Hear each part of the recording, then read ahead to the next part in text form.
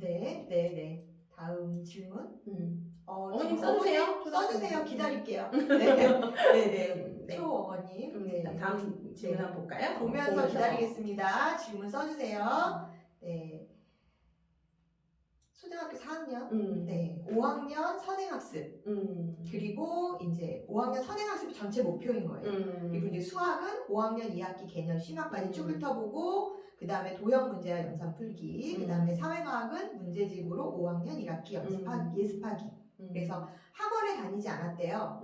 매일매일 혼자서 정해진 공부량을 해내주고 있는 학생인데, 똑똑하나요? 자기주도 학습을 하는 학생이에요. 수학에 관심이 많아서 중간중간 힘든 문제는 있지만 그래도 풀어낸다. 네. 그러나 학원을 안 다니는 터라서 한 학기 정도 선행만 가능하고 그것보다 빠르게 해본 적이 없습니다. 주위에서는 수학을 좀 더 선행을 끌어주라고 하는데 도대체 그 말이 또 어느 정도인 건지 뭐 어떻게 어디까지 이거죠. 그 다음에 혼자 우등생으로 개념 잡고 센 수학 풀고 최상위 수학 도형과 연산은 따로 문제집 하고요. 이런 식으로 한 학기를 마무리하는 정도인데 이렇게 한 학기 동안 수학 문제집 3개가 혼자 공부하는 아이에게 적은 양은 아니다.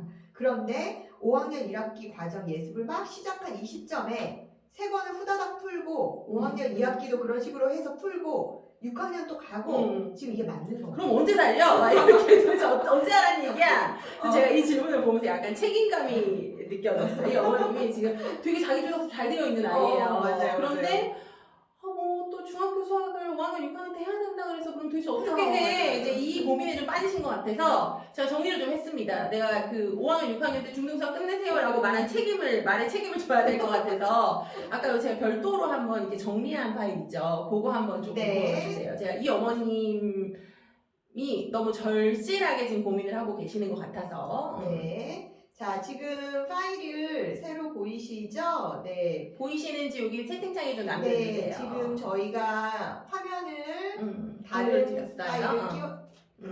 띄웠어요. 보이시나요, 다들? 과목별 연관학습 계획 세우기라는 주제의 자료인데 다들 보이시죠? 안 보이시나 봐요. 안 보이시나요? 네. 아래가 살짝. 네. 아래는 제가 올리겠습니다. 네네. 자, 일단 하나씩 보면서 얘기를 할게요. 자, 과목별 연관학습 세우기 이렇게. 네. 그래서 지금 이제 요 내용이 아까 저한테 질문 주셨던 어머님이 이제 지금 이번 그 분기에 이번 방학에 하시겠다라고 했던 그런 수학학습 계획이에요. 그래서 제가 여기서 좀 강조드리고 싶었던 건 뭐냐면 어머님이 굉장히 많은 내용을 쭉 작성을 해주셨더라고요. 그래서 이거 우리가 같이 고민해야 될 부분인 것 같아서 이번 겨울방학뿐만이 아니라 특히나 수학 같은 경우 다른 과목도 마찬가지긴 하지만 올 1년 동안 아이가 무엇을 얼마만큼 성취를 할 것인가에 대해서 어머님들은 계획을 갖고 계셔야 돼요. 근데 어떻게 보면 이제 국어나 영어 같은 경우는 사실은 되게 모호할 수 있거든요. 그렇죠. 근데 국어나 영어 같은 경우에는 이제 교재 정도로 접근을 하시는 게 좋을 것 같고 수학 같은 경우는 이제 과정으로 가시는데 대부분 이제 제가 예상했을 때 지금 질문 주셨던 어머님 같은 경우 이런 흐름으로 진행을 하고 계시는 것 같아요. 그러니까 한 학기에 한 3번 정도씩 과정을 이렇게 반복을 시키시면서 진행을 하시는 것 같거든요. 이게 맞을까요? 질문 주셨던 어머님 혹시? 네, 답변 해주세요. 기다려볼게요. 이 계획이 맞으신가요? 아니면 다른 제가 잘못 이해한 걸 수도 있으니까. 그래서 우등생, 센, 최상위를 이제 반복하면서 네. 이렇게 진행을 하시는 것 같은데 자 그럼 이게 맞느냐 아니면 다른 방법으로 해야 하느냐를 놓고 고민을 하고 계시는 것 같고 지금 이제 이 친구 같은 경우에는 이제 이렇게 되면 올해 5학년 2학기 최상위 그러니까 심화까지 이렇게 3번 반복을 하게 되는 상황인 것 같아요. 이게 이 친구의 연간학습 계획. 그러니까 오늘 지금 우리 이 플랫 어머님들 아버님들 오늘 이제 주말에 좀 쉬어야 되지만 하셔야 되는 부분 중에 하나가 예비 학년 1년 동안 우리 아이가 무엇을 얼마만큼 갈 수 있을 것이냐에 대해서 간을 좀 잡으시는 게 맞을 것 같고요. 저는 수학을 보여드렸지만 당연히 국어, 영어, 수학, 과학 다 체크가 좀 되셔야 됩니다. 네. 아이랑 같이 하시면 더 좋고요. 자, 빠르게. 더 빠르게 할 수 있는 방법을 제가 이제 제시를 해드릴게요. 일단 근데 이제 좀 꼼꼼하게 다지고 가고 싶다라고 하시는 그런 학부모님들이 계실 수 있는 것 같고요. 그래서 지금 제가 이쪽에 대치동 이모의 팁이라고 해서 이게 이제 저희 브랜드예요. 그래서 이제 제가 이렇게 플랫 어머님들이랑 소통을 하다 보니까 이런 창이 있으면 좀 좋겠다. 웃고 떠들면서 내가 하고 싶은 얘기를 거르지 않고 할 수 있는 창이 있으면 좋겠다라고 해서 이제 오늘 보내주는데 거르지 않고 그게 핵심이죠 사실은. 거르지 않고. 내가 하고 싶은 얘기 다 하고 싶다. 막 이런 거 참지 않고. 참지 않겠다. 그래서 나중에 시간 되시면 유튜브에 한번 검색해 보시고요. 저희 영상도 아마 녹화돼서 짧게 올라가고 있는 것 같아요. 아, 또 걱정하실까봐 저희 얼굴만 나갑니다. 저희만 나와요. 걱정하지 마시고. 걱정하지 마세요. 자, 그래서 수학뿐만 아니라 영어, 수학, 과학, 논술 전반적으로 모든 계획을 작성을 해봅니다. 그리고 더 세부적으로 작성하시고 싶다면 당연히 이거 더 쪼개시면 좋겠죠. 뭐 1월, 2월, 3월 이렇게 월별로 작성하셔도 좋고요. 자, 그러면 100점 엄마 아빠가 될 수 있습니다. 네. 자, 그러면서 이게 익숙해진다라고 하면 그 이후에, 그러니까 올해는 1년 동안 이렇게 계획을 잡았어. 그러면 내년에는 어디까지 갈 것이냐에 대한 그 2년 혹은 그 이상의 학습 계획을 작성해 보시면 더욱 좋겠죠. 이제 이게 되셔야 진정한 자기주도 학습이 될 수 있어요. 그렇죠. 우리가 계속 말씀드리고 있어요. 자기주도 학습이라는 건 학습의 주도권을 내 아이를 가르치는 선생님이 갖고 계시는 게 아니라 학부모와 학생이 갖고 있는 게 자기주도 학습의 시작이다라고 말씀을 드렸어요. 이게 없으면 사실 그거 불가능합니다. 그래서 그 말씀을 조금 드리고 싶고요. 그런데 지금 이제 이 질문을 주신 어머님 고민을 하고 계시는 부분은 이건 것 같아요. 조금 더 빨리 진행을 할 수 있는 방법이 있나요? 아니면 다른 아이들은 좀 다른 방식으로 진행을 하고 있는 과정이 있나요? 라고 질문을 하실 것 같아서 네. 제가 요걸 한번 정리를 해봤어요. 네, 이거를 잠깐만요.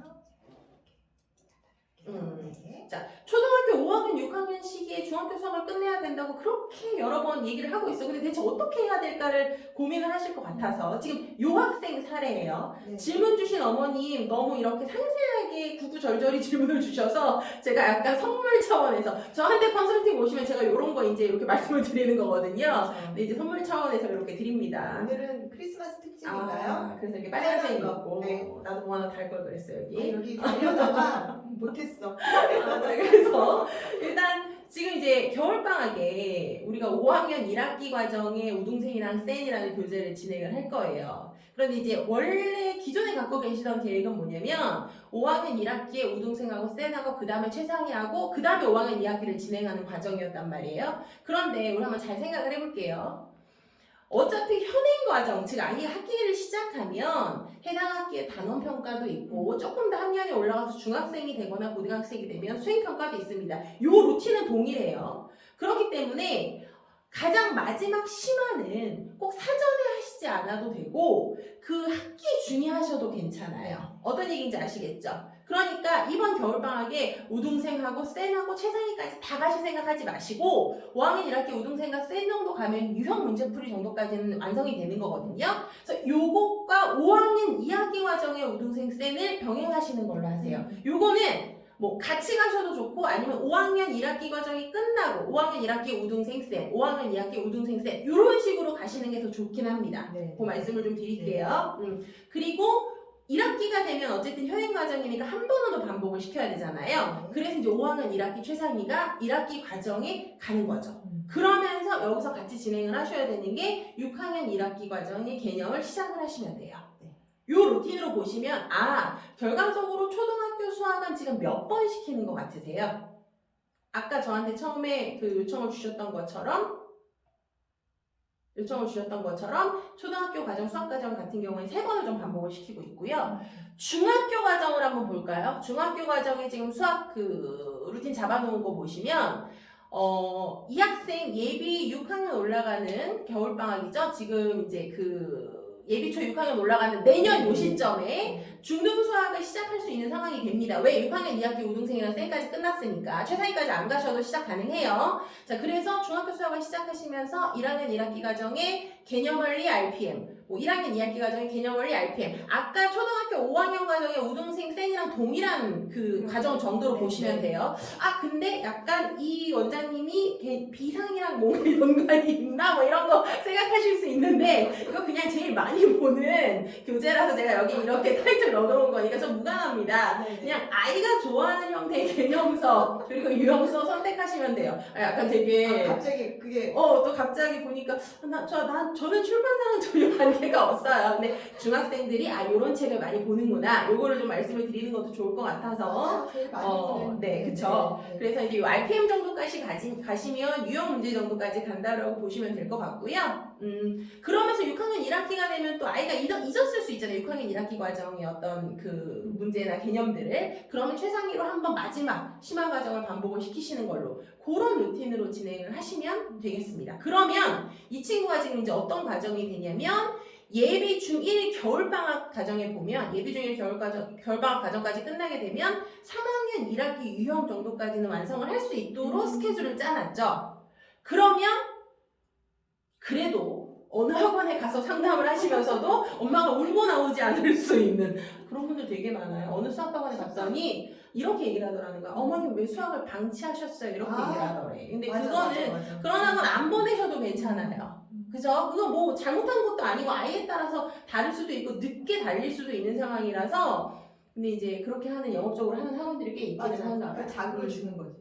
근데 뭐 어찌 되었든 그래서 제가 아는 그 학부모님들도 되게 속상해서 우리가 너무 늦나 봐요 막 이러면서 그래서 내가 걱정하지 마시라고 그랬는데 마케팅이에요 마케팅. 그러니까 그냥 그러려니 하고 넘어가고 또 그런데 갑자기 어찌 되었든 근데 어쨌든 다시 본론으로 돌아가서 예비 중일 겨울방학에 3학년 1학기 RPM 정도까지 하셨으면 뭐 그게 꼭 어느 학원의 시험을 보기 위함이 아니더라도 어느 정도의 상위권의 수준을 유지할 수 있다는 거 좀 말씀을 드릴게요. 네. 이거 좀 이해하셨으면 좋겠습니다. 네. 다음번에